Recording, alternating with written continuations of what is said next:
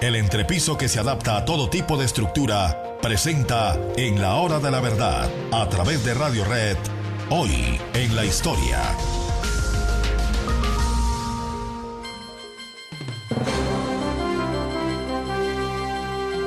Vamos a hablar de uno de los episodios más debatidos, más controvertidos, más complejos de la historia universal. Nos estamos refiriendo nada menos que a la colaboración del mariscal Pétain, Philippe Pétain, y de Pierre Laval también con el llamado gobierno de Vichy, con los nazis, que habían penetrado en Francia. Recuerden ustedes que los franceses habían hecho una línea infranqueable para cualquier ejército, que era la línea Maginot, en las fronteras con Alemania, y que no habían vigilado las Ardenas porque era físicamente imposible que un ejército, y más un ejército con divisiones blindadas, pudiera penetrar por las Ardenas. Pues Hitler ordenó que se hiciera la tarea, y la tarea se hizo, y las tropas nazis dieron la vuelta por la línea Maginot y penetraron por las Ardenas y llegaron al norte de Francia, que no estaba preparado de ninguna manera para resistir el embate de las tropas nazis, puesto que tenía todo su dispositivo militar esperando en la línea Maginot. Los alemanes llegaron como un huracán sobre el norte de Francia.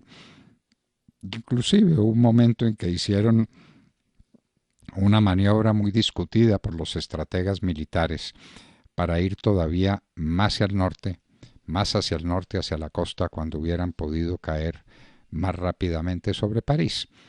Lo cierto es que la arremetida era insuperable. Lo que había por las carreteras y por los caminos de Francia era el caos. La gente fugitiva, huyendo, muerta de miedo y no sabía para dónde huir.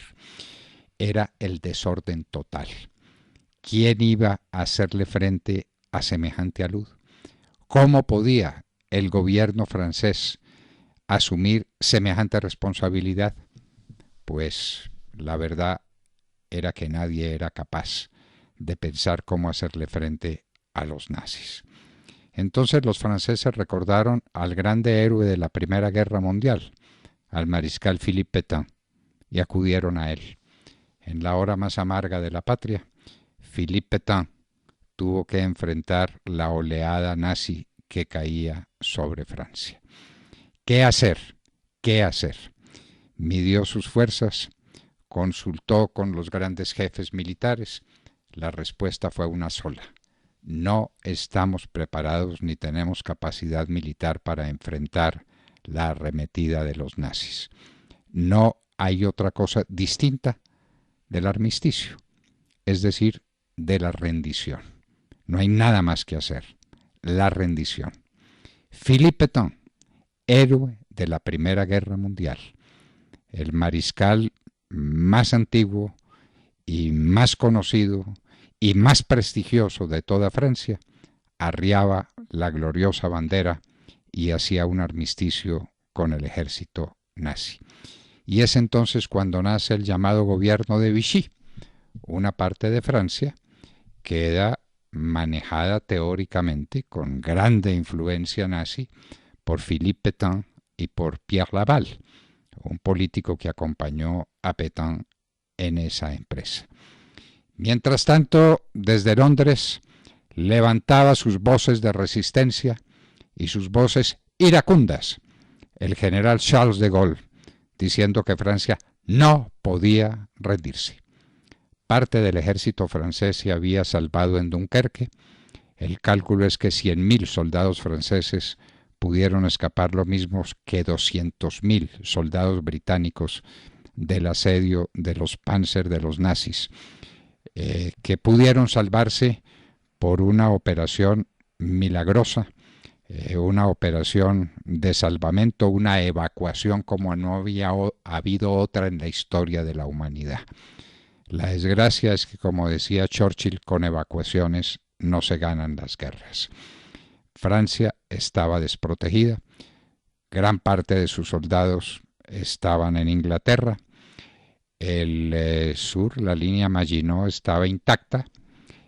No había capacidad ninguna de resistencia. En esas circunstancias, Pétain tomó la decisión que tomó, la colaboración con el gobierno nazi. Esa colaboración implicaba la persecución a muchos judíos, implicaba una mano dura muy fuerte contra la resistencia francesa que empezaba a manifestarse, y Philippe Pétain pasaría a la historia entonces como el gran traidor.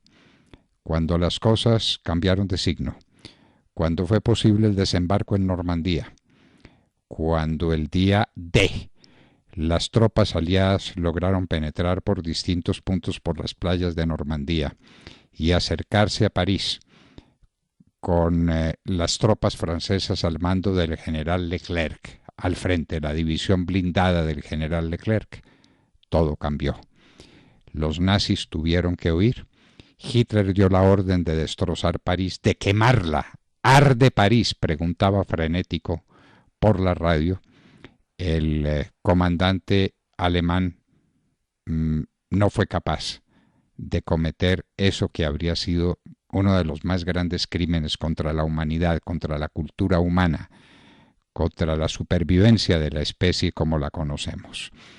Y entonces París se mantuvo, las tropas aliadas penetraron, y el gobierno de Pierre Laval y del mariscal Pétain, el gobierno de Vichy, fue destruido, fue derrotado sin resistencia apenas, porque además los franceses no querían verse dominados por los alemanes.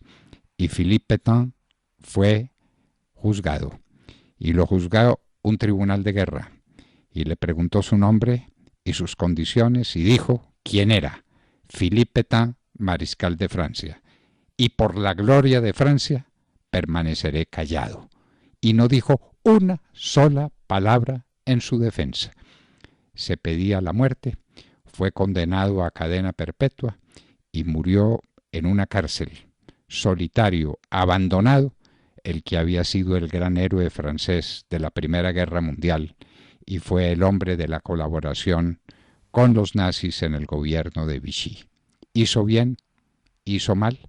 ¿Francia hubiera podido sobrevivir si Pétain da la orden de la resistencia? ¿No hubiera sido la destrucción final del ejército francés, del ejército de la resistencia que finalmente ganó la guerra? ¿Qué hubiera pasado? La historia lo dirá tal vez algún día.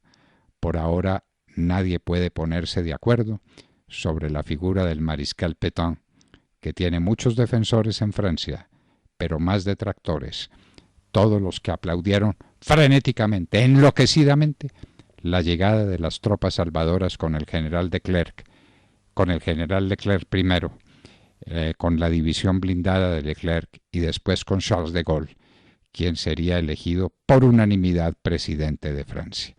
En un día como hoy, en el año de 1940, las tropas nazis irrumpen sobre Francia y el mariscal Pétain da la orden de colaboración con el gobierno nazi.